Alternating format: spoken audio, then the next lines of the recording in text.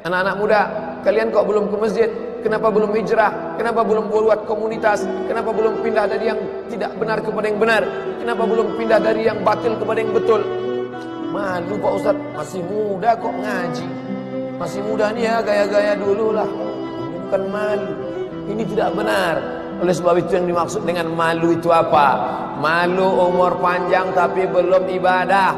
Malu lama hidup tapi nggak pernah ngajak orang buat baik. Malu dekat masjid tapi nggak pernah ke masjid.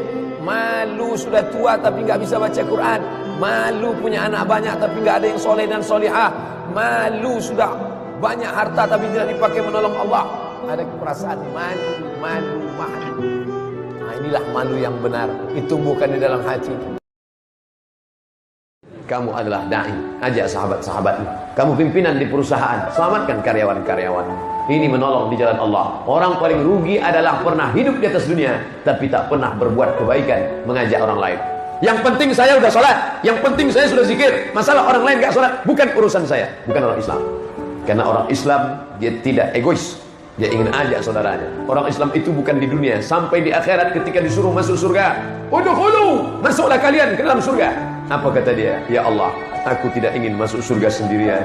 Kawanku yang dulu sama-sama satu pengajian, sama satu masjid, mana dia ya Allah? Ternyata setelah dicari-cari, dia akan masuk surga, tapi kloter terakhir. Di mana dia sekarang? Transit. Izinkan aku mencarinya ya Allah. Maka Allah berikan izin, cari dia. Maka ketika itu Allah berikan dia kebal, tidak terkena api neraka. Cari saudaramu yang ada di dalam surga, dalam neraka, tarik dia. Itulah syafaat orang-orang soleh. Menghadapi orang tua 3 rumusnya. Diam. Meninggal dia nanti tak akan menetes air mata. Meninggal dia nanti tak akan menetes air mata. Cukup turut udah mak. Mati engkau mak, tak akan menangis aku. Cukup turut sudah. Tapi kalau dilawan dia sekarang, begitu dia meninggal, itu yang mencakar dinding. Allah. Kalau nampak ada orang menangis luar biasa waktu maknya meninggal, ada kesal yang tak sudah. Kemana risau hati kan dia alamatkan. Kalau masih ada emakmu di rumah, balik dari sini, belikan makanan kesukaan dia, belikan pakaian kesayangan dia, bawakan duit, kasih ke dia, senangkan hatinya. Kalau kau buat emakmu macam raja, maka rezekimu macam rezeki seorang raja.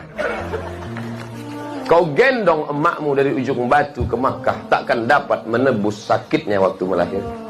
Wahnan ala wahnin, menggeletar tangannya, bersimbah darah dia melahirkan kau. Dapat kau tebus. Bagaimana status amal puasa orang yang pacaran? Ibadah dalam Islam itu ada targetnya, ada visi misinya. Salat tegak rukuk sujud, apa tujuannya? Inna sholata tanha 'anil fahsya wal munkar. Puasa itu apa tujuannya? Ya ayyuhalladzina amanu kutiba 'alaikumusiyam kama kutiba 'alal ladzina min qablikum la'allakum tattaqun. Puasanya gugur, kewajiban puasanya gugur, tapi pahala puasanya tak ada. Malam yada qaulaz zur, siapa yang tak meninggalkan cakap yang tak baik, wal amala bihi, amal yang tak baik, falaisa lillahi hajatun fi ayyada'a ta'amahu wa syarabahu. Dia tinggalkan makan, dia tinggalkan minum, tapi tetap dia pacaran. Kalian yang pacaran berhentilah. 13 hari lagi puasa, masih juga pacaran, berhenti, stop. Buanglah mantan pada tempatnya. Ujian yang pertama, khauf, takut. Yang kaya takut miskin, yang senang takut susah. Apakah takut itu bisa membuat orang menjadi kafir? Ya. Saking takutnya miskin, menghalalkan segala cara. Apa yang membuat orang melakukan perbuatan haram? Takut. Artis ingin eksis di panggung hiburan, maka dia buka yang tidak semestinya dilihat oleh bukan mahramnya. Apa yang membuat orang takut? Takut. Walanabluwannakum bisyai'im minal khauf. Kami uji kalian dengan rasa takut. Walju', lapar. Lapar di mana letak lapar? Perut. Berapa panjang perut? Sejengkal. Gara-gara perut yang sejengkal, orang menghalalkan segala cara. Sejengkal perut, sejengkal di atas pusar, sejengkal di bawah pusar. Nafsu perut, nafsu syahwat. Kedua-dua nafsu ini membuat orang menjadi menghalalkan segala cara haram. Ingat yang 3. Pertama, bahwa tidak ada satupun manusia yang selamat dari lidah manusia. manusia. Kalau kau diejek, caci maki, sabar. Tidak ada satu pun di dunia ini yang selamat dari omongan orang. Kalau ada yang menyangka dia selamat, berarti dia gila. Masa aku gila? Dua, laqad khalaqnal insana fi kabad. Hidup ini susah. La rahata fil hayah. Selama kau jalani hidup, maka hidup ini tidak akan ada tenang. Suami baik, istri gak baik. Istri baik, suami Fir'aun. Suami baik, istri baik, anak geng motor. Suami baik, istri baik, anak baik, mantu tukang santet. Ada saja. Lalu kemudian tak ada satupun yang selamat dari kematian. Kita semua akan mati. Bahkan lebih parah lagi, sampai dia berkata, aku tidak pernah sholat, aku tidak pernah puasa, aku tidak pernah berzakat. Kenapa rezekiku lancar? Kenapa anakku sehat? Kenapa aku umur panjang dan kekuasaanku hebat? Sombong. Yukhadi'un Allah. Mereka merasa sudah menipu Allah. Wa huwa khadi'uhum. Padahal Allah sedang memainkan mereka dalam tipu daya bernama istidraj. Sanastadrijuhum min haitsu la ya'lamun. Kami ulur mereka dengan istidraj. Wa umli lahum. Aku ulur umur panjang. Aku beri kekuasaan yang tinggi. Aku beri harta yang banyak. Aku berikan anak istri hidup yang tenang. Tapi sebenarnya itu adalah laknat bersampul rahmat.